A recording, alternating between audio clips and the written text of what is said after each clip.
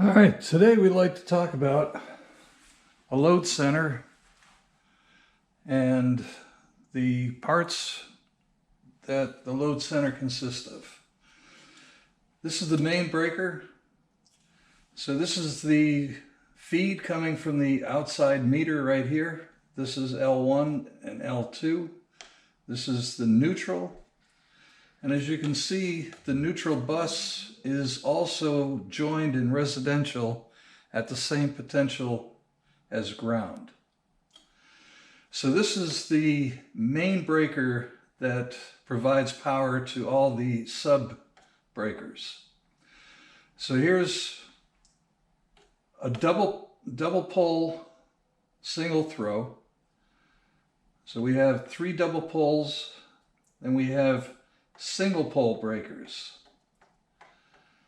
These are meant for single circuit runs only. The double poles provide 220 volts or 240 volts depending on your system.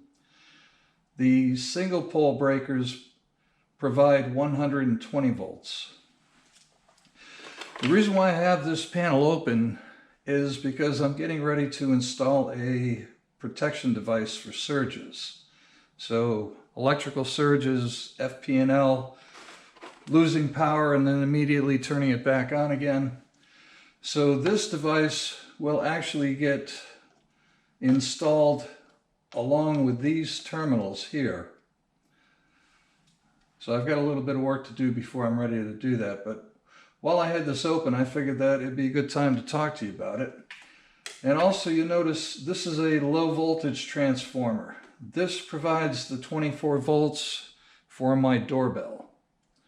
So this takes 120 volts, breaks it down to 24 volts AC, and we have low voltage for the doorbell system. So again, this is not meant to energize or de-energize a fully loaded circuit block. So in other words, before I'm going to de-energize this, I'm going to turn all these breakers off first. Turn all these breakers off first. Now I have no load on this breaker. This breaker is not meant to be used as a switch. That's very important. So we don't turn this on or off if any of these are energized. That's important to remember. So if you need to kill the power to the entire network, then you first need to turn off all the individual circuit breakers first. After you've accomplished that, then you may switch this to the off position. Vice versa, when you're getting ready to turn this back on, all of these have to be in the off position. If you add a breaker, like I have an open slot here and I have open slots here. So I could add a breaker at this point in time, but I would make sure that that was also in the off position. So again, before anything gets re-energized, all the loads have to be off. And you notice that I'm using a non-metallic, non-conductive pointer.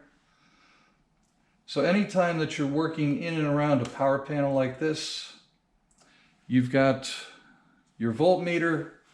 You would read across these terminals here to verify that you've got line voltage coming in.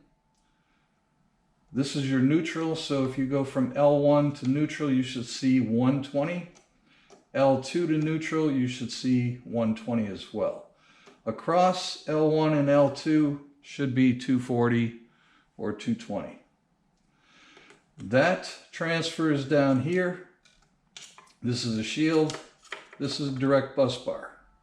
So you have to be careful when you're working inside. All right, folks. Thank you.